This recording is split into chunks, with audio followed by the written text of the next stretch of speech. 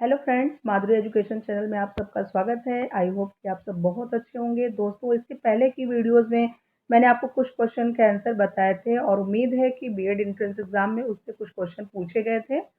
और आज भी उम्मीद यही है कि आज मैं आपको जो जीके से संबंधित कुछ क्वेश्चन का आंसर बता रही हूँ, आप उसको पूरा देखेंगे, पूरा सुनने की कोशिश करेंगे। दोस्तों, इसके पहले भी मैंने आपको बताया है कि थोड़ा पढ़िए, बेहतर पढ़िए, अच्छा पढ़िए, मन लगा करके पढ़िए, तभी आप अपनी लाइफ में सक्सेस की ओर बढ़ सकते हैं। तो चलिए वीडियो को स्टार्ट करते हैं एक अच्छी सी सोच के साथ। और जो सोच मैंने आपको बताया कि थोड़ा पढ़िए, अच्छा पढ़िए, मन लगा करके पढ़िए, तो इसी क्रम में वीडियो को ध्यान से देखते रहिए। और वीडियो अगर पसंद आता है तो प्लीज़ चैनल को सब्सक्राइब कर लीजिएगा। आपसे यही उम्मीद है कि आप वीडियो को सब्सक्राइब कर लेंगे। तो चलिए वीडियो को स्टार्ट करते हैं। हमारा पहला क्वेश्चन है, भगवान राम पर केंद्रित भक्ति आंदोलन के अग्रदूत थे नामदेव, रामानंद, जयदेव या फिर विवेकानंद। तो दोस्तों, मैं आपको बताना चाहती हूँ कि जो भक्ति राम पर केंद्रित भक्ति आंदोलन के अग्रदूत थे वह रामानंद जी थे। वह रामानंद जी थे। अब आइए इनके बारे में थोड़ा सा डिटेल जानने की कोशिश करते हैं। वह 14वीं शताब्दी के वैष्णव कवि थे, यानी कि जो रामानंद जी थे वह 14वीं शताब्दी के वैष्णव कवि थे, जिन्होंने रामानंदी संप्रदाय की स्थापना की थी। उन्होंने सिखाया कि भगवान राम सर्वोच्च भगवान हैं। यह मोक्ष केवल उनके लिए प्यार और भक्ति के माध्यम से और उनके पवित्र नाम की पुनरावृत्ति से प्राप्त किया जा सकता है। तो दोस्तों, आपको पता चले गया होगा कि भगवान राम पर केंद्रित भक्ति आंदोलन के जो अग्रदूत थे वह रामानंद जी थे। बढ़ते हैं नेक्स्ट क्वेश्चन की तरफ। जात और सवार निम्नलिखित में से किस प्रशासनिक प्रणाली से संबंधित है? ऑप्शन हमारा है जमींदारी प्रणाली, इक्तादारी प्रणाली, मनसबदारी प्रणाली या जोतदारी प्रणाली। तो दोस्तों, मैं आपको बताना चाहती हूँ कि जात और सवार जो है वह मनसबदारी प्रणाली से संबंधित है। वह मनसबदारी प्रणाली से संबंधित है। मुगल सम्राट अकबर के द्वारा शासन व्यवस्था को सुचारू रूप से चलाने के लिए मनसबदारी प्रथा का प्रारंभ 1575 ईस्वी में किया गया। मनसबदारी व्यवस्था को मुगल साम्राज्य का स्थापत्य ढांचा कहा जाता है। मुगलकालीन शासन व्यवस्था पूर्णतः मनसबदारी प्रथा पर आधारित थी, जिसमें दो शब्द जात और सवार का उल्लेख था। यही जात और इसी सवार का उल्लेख था, जिसमें जात का आशय पद या प्रतिष्ठा से है। जात से एक व्यक्ति के निजी पद का और उसे देय वेतन का निर्धारण किया जाता था। मनसबदारों का पद बिना सवार के तो हो सकता है, परंतु बिना जात के नहीं। सवार का तात्पर्य एक मनसबदार के अधीन कितनी सैनिक संख्या होगी इसका निर्धारण सवार से होता था। तो आपको जात और सवार का मतलब पता चल ही गया होगा। तो यहाँ पर जो जात और सवार निम्नलिखित में से किस प्रशासनिक प्रणाली से संबंधित है, तो वह मनसबदारी प्रणाली से संबंधित है। बढ़ते नेक्स्ट क्वेश्चन की तरफ। यदि भारत के राष्ट्रपति त्याग देना चाहते हैं तो वह अपना त्याग पत्र किसे देंगे? और यह क्वेश्चन अक्सर एग्जाम में पूछे जाते हैं। ये वेरी इंपॉर्टेंट क्वेश्चन है और अक्सर एग्जाम में ये क्वेश्चन पूछा जाता है कि यदि भारत के राष्ट्रपति त्याग पत्र देना चाहते हैं तो वह अपना त्याग पत्र किसे देंगे? हमारा ऑप्शन है भारत के मुख्य न्यायाधीश, भारत के उपराष्ट्रपति, भारत के मुख्य चुनाव आयुक्त या भारत के प्रधानमंत्री। तो दोस्तों, मैं आपको बताना चाहती हूँ कि यदि भारत के राष्ट्रपति अपना त्याग पत्र देना चाहते हैं तो वह भारत के उपराष्ट्रपति को अपना त्याग पत्र दे सकते हैं। अब आइए इसके बारे में थोड़ा सा आपको डिटेल बता दूं। भारतीय संविधान के अनुच्छेद 56(1) के अनुसार राष्ट्रपति भारत के उपराष्ट्रपति को अपना इस्तीफा संबोधित कर सकता है। उपराष्ट्रपति सभापति को ही सूचित करता है। भारत का उपराष्ट्रपति राष्ट्रपति के बाद भारत का दूसरा सर्वोच्च संवैधानिक प्रमुख होता है। तो यदि भारत के राष्ट्रपति त्यागपत्र देना चाहते हैं तो वह अपना त्यागपत्र किसे देंगे? भारत के उपराष्ट्रपति को। बढ़ते हैं नेक्स्ट क्वेश्चन की तरफ। विवेकानंद रॉक मेमोरियल कहाँ स्थित है? अंडमान, श्रीनगर, कन्याकुमारी या फिर लद्दाख। दोस्तों, मैं आपको बताना चाहती हूँ कि विवेकानंद रॉक मेमोरियल जो है वह कन्याकुमारी में स्थित है। वह कन्याकुमारी में स्थित है। विवेकानंद रॉक मेमोरियल तमिलनाडु के कन्याकुमारी शहर में स्थित प्रसिद्ध पर्यटन स्थल है। तो दोस्तों, आपको पता चल ही गया होगा कि यह जो कन्याकुमारी है जहाँ पर स्थित है यह एक पर्यटन स्थल है। यह स्मारक समुद्र में 500 मीटर की गहराई तक स्थित चट्टानों पर बना है। यह 1970 में महान भारतीय भिक्षु और सुधारक स्वामी विवेकानंद के सम्मान में बनाया गया था और निर्माण को पूरा करने में 6 साल लगे थे, यानी कि इसको बनाने में 6 साल का समय लगा था। 6 ईयर यानी कि 6 साल का समय लगा हुआ था, 6 वर्ष लगा हुआ था। बढ़ते हैं नेक्स्ट क्वेश्चन की तरफ।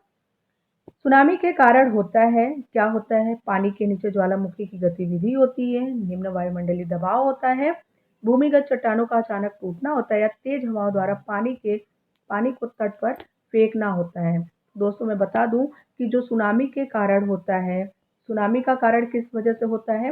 वो पानी के नीचे ज्वालामुखी गतिविधि के बनने के कारण होता है सुनामी। आइए इसके बारे में थोड़ा सा डिटेल जानते हैं।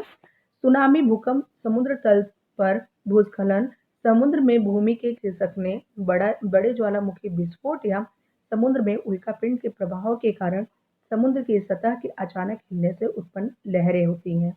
यह मानव जीवन और आजीविका को नष्ट कर देता है और प्राकृतिक संसाधनों के नुकसान का भी कारण बनता है। प्राकृतिक संसाधनों के नुकसान का मतलब कि लोगों की जो स्थिति होती है, जो व्यापार होता है, उसको अस्त ग्रस्त कर देता है और लोगों की जो जीविकाएं होती हैं वो धीरे धीरे नष्ट होने लगती हैं। उसको बनाने में काफी समय लग जाता है, उसको संभालने में काफी समय लग जाता है। बढ़ते नेक्स्ट क्वेश्चन की तरफ। भारत में प्रथम मुगल सम्राट कौन था? शाहजहां, हुमायूं, बाबर या फिर अकबर? तो दोस्तों आपको लगभग बहुत से लोगों को पता होगा कि भारत में जो प्रथम मुगल सम्राट था वह बाबर था और बहुत से लोगों को ये भी पता होगा कि जो हमारा पहला मुगल सम्राट शासक था वो बाबर था। तो ये बात सही है और भारत में जो प्रथम मुगल सम्राट था वह बाबर ही था, वह बाबर था। और इसके बारे में थोड़ा सा जानते हैं।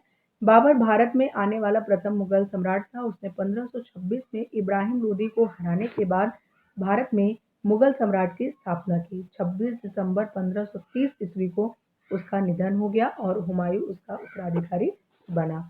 तो बाबर के बाद जो उत्तराधिकारी बना था वह हुमायूं बना था। बढ़ते नेक्स्ट क्वेश्चन की तरफ। भगत सिंह, सुखदेव और राजगुरु को उनकी पुण्यतिथि पर श्रद्धांजलि देने के लिए भारत में 23 मार्च को दिवस मनाया जाता है। तो कौन सा दिवस मनाया जाता है? विद्रोह दिवस, शहीद दिवस, विरोध दिवस या श्रद्धांजलि दिवस? तो दोस्तों मैं आपको बताना चाहती हूँ कि जो भगत सिंह, सुखदेव और राजगुरु जो थे उनकी जो पुण्यतिथि थी उस पर श्रद्धांजलि देने के लिए भारत में 23 मार्च को शहीद दिवस मनाया जाता है। कौन सा दिवस मनाया जाता है? शहीद दिवस मनाया जाता है। यह 23 मार्च 1931 से शुरू हुआ था और इन तीनों लोगों को 23 मार्च 1931 में ही इन तीनों लोगों को लाहौर में फांसी दी गई थी। तीन लोग कौन कौन थे दोस्तों? भगत सिंह, सुखदेव और राजगुरु। इनको 23 मार्च 1931 को लाहौर में फांसी दी गई थी।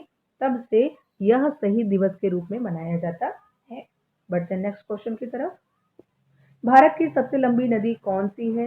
कावेरी, गोदावरी, ब्रह्मपुत्र और गंगा? दोस्तों मैं बताना चाहती हूँ कि बीएड के एंट्रेंस एग्जाम में ये पूछा गया था कि भारत की सबसे गहरी नदी कौन सी है, जो कि ब्रह्मपुत्र है। और ये क्वेश्चन पे बहुत से लोगों को डाउट था, बहुत से लोगों ने इसमें गलत किया है। और यहाँ पर एक ये हमारा दूसरा क्वेश्चन बना है कि भारत की सबसे लंबी नदी कौन सी है। तो दोस्तों मैं आपको बताना चाहती हूँ कि भारत की जो सबसे लंबी नदी है वह गंगा नदी है, जिसकी लंबाई 2525 किलोमीटर है। यह नदी उत्तराखंड राज्य के उत्तरकाशी जिले में स्थित गंगोत्री हिमनद 3900 मीटर की ऊंचाई से भागीरथी नाम से निकलती है। गंगा नदी उत्तराखंड में 310 किलोमीटर, उत्तर प्रदेश में 1140 किलोमीटर, बिहार में 45 किलोमीटर और पश्चिम बंगाल में 520 किलोमीटर मार्ग तय करती हैं, यानी कि रास्ता तय करती हैं। बढ़ते हैं नेक्स्ट क्वेश्चन की तरफ। अकबर के बाद सत्ता संभालने वाले उनके पुत्र सलीम को का खिताब मिला, जिसका अर्थ है विश्व विजेता। यहाँ पर ऑप्शन है शाहजहां, जहांगीर, बादशाह या फिर जहांपना। तो दोस्तों अकबर के बाद सत्ता संभालने वाले उनके पुत्र सलीम को जहांगीर का खिताब मिला। किसका खिताब मिला? जहांगीर का खिताब मिला था। जहांगीर सलीम का जन्म फतेहपुर सिकरी के सूफी संत शेख सलीम चिश्ती की कुटिया में 30 अगस्त 1569 ईस्वी को अकबर की पत्नी व आमेर की राजकुमारी हरखा भाई मरियम उजमानी के गर्भ से हुआ। सलीम ने अपने पिता अकबर की मृत्यु के बाद जहांगीर की उपाधि ली। जहांगीर का अर्थ है विश्व पर कब्जा करने वाला, यानी जहांगीर विश्व पर कब्जा करने वाला। तो अकबर के बाद सत्ता संभालने वाले उनके पुत्र जो सलीम को जिसका खिताब मिला था वह जहांगीर का खिताब मिला था। बढ़ते नेक्स्ट क्वेश्चन की तरफ। ये हमारा लास्ट क्वेश्चन है। वीडियो कैसी लग रही है? वीडियो अगर पसंद आ रही है तो प्लीज चैनल को सब्सक्राइब कर लीजिए, लाइक कीजिए, शेयर कीजिए। चलिए क्वेश्चन की तरफ बढ़ते हैं। वर्ष 1975 से 1977 के बीच आपातकाल के दौरान भारत के प्रधानमंत्री कौन थे?